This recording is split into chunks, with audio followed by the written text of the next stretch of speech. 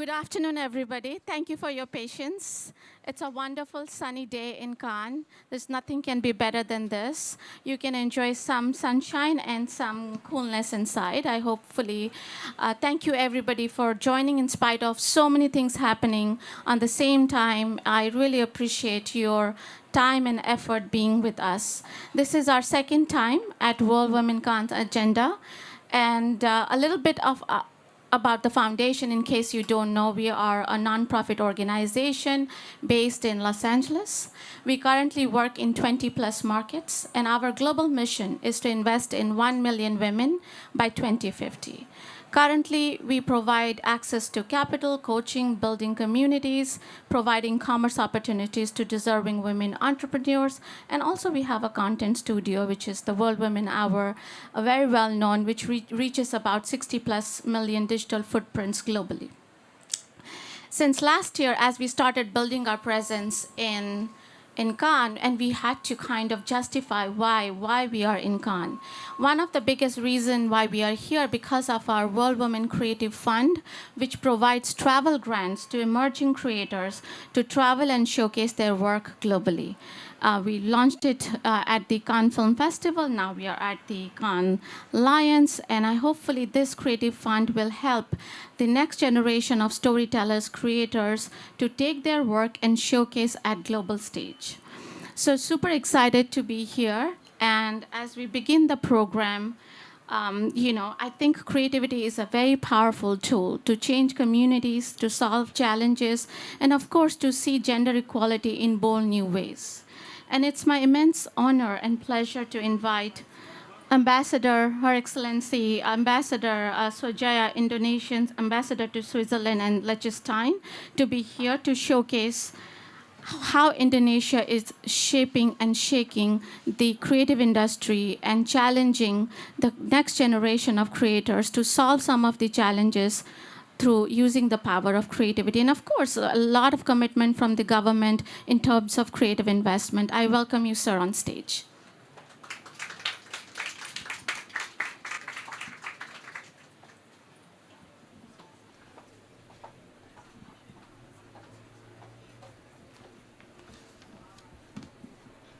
Well, thank you very much for having me in such a very nice weather.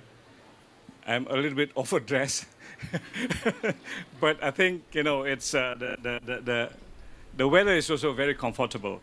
So Ms. Rupa Das, the CEO of the World Women Foundation, very distinguished participants, ladies and gentlemen, it is indeed a very great honor and privilege for me to be invited to this very important occasions. So frankly speaking, the first time I'm participating in this very important events, and I know from my conversation with Ms. Rupa that they have already doing a lot of things for women and also for creativity as the theme of our conversation this afternoon.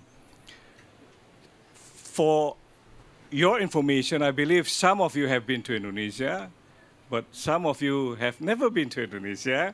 So just to give you an idea, Indonesia is, I think, one of the most diverse country in the world. So if we are talking about ethnic groups, there are almost 1,000 ethnic groups. 700 different languages, not dialect. We have all of the religions in the world, it's in Indonesia. Different culture and of course, different mentality. But I think we are so privileged and very proud, despite differences that we have, we are still united by a common vision. Like this initiative as well, common vision that will unite us despite the differences that we have. And we also live in the most diverse countries in Southeast Asia. We have this organization called ASEAN, 10 member states. Altogether, 700 million people live there. Very diverse. The languages should be more than 700. The political system of the government is different. The legal system is different. But again, we are united with a common vision. So I think this is very important for us as perhaps a background for me to start a little bit sharing a little bit on what we are doing in Indonesia.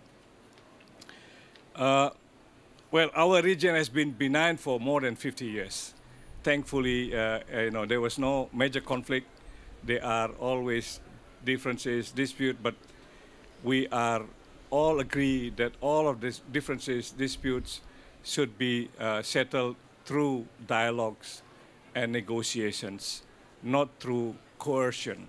So that was also one of the reasons why we are very, peaceful. Hopefully, it will maintain in the next decades to come. Especially on the topic that we discussed today, last month, an event in Jakarta on the occasion of the annual Indonesia's Top Women Festival 2025, with the theme of Indonesia's Women, Creative, Empowered, and Impactful, underline the critical roles in Indonesia of around 84.5 million women in Indonesia in creative and digital economies. They are basically centered around the subsectors of fashion, culinary, and craftsmanship. So they are very, very active on those sectors. In addition to, we have the government decided that there are at least 17 sectors of creative economy that the government is trying to promote. So their role is not limited only as an employee or an employer, but also in innovation, in leadership, as well as in decision making. Despite progress they have achieved, however, there are still always classic challenges confronted in the undertaking, such as the issue of access to capital, the issue of digital and technology literacy, and also still a very small number of representation of women in this sector. So another event as well to celebrate International Women's Day, there was an event organized jointly by UN, International Financial Corporation, Indonesia's Stock Exchange, and Indonesia's Business Coalition for Women Empowerment. They organized an annual event. The title of the annual event is Ring the Bell Gender Equality Event. So, looking at the theme, I think it is very clear what is the intention of this activity. They have also noted the challenges confronting gender equality initiative in the workforce. In the workforce is not only opportunities, but also inequalities in their income. I think this is happening not only in Indonesia, but also in other countries as well. If we look at the roles of women in Indonesia historically, from the historical perspective, they have been also contributed a lot for our freedom, independence. They have been also active side by side with their counterparts, participated in our national struggle to independence, again colonialization, again imperialism. They are coming from different ethnic groups, different provinces in Indonesia, and also different ethnicity background. One of the most powerful symbol that we have, we always celebrate the birthday of these special women, is the one who is promoting for emancipation and access to education. That was, her name is Raden Ajeng Kartini. Every 11th of April, we always celebrated that, glorifying that, and trying to really promote what she have been trying to do and what she have already been trying to achieve and what we have already achieved until now on the issue of access to education to all, especially women and girls. If we look at the Women Economic Development Index, Indonesia's Global Gender Gap Index ranking has improved from 92 in 2022 to 87 in 2023. This includes also an increase in the share of women in legislative, senior and managerial roles from 29.7% in 2021 to 30 in 2024. In Indonesia, we have a law obligating that women in the legislative body should be at least 30%.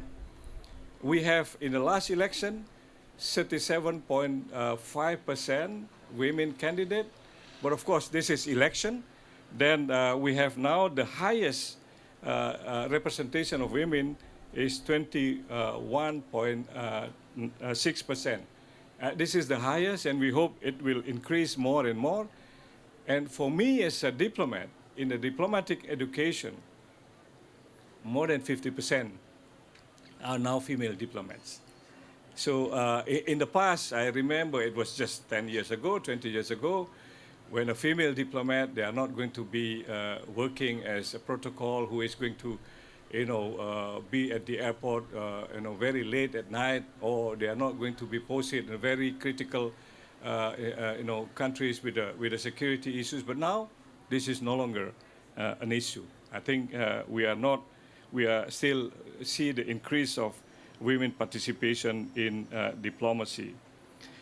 At the backdrop of this geopolitical rivalry and conflict, the role of women is more critical as the agent to promote dialogue, peace, reconciliation, and post-conflict peace building, as the initiative by the UN Secretary General on the women, peace and security. I think this has already been replicated in our region.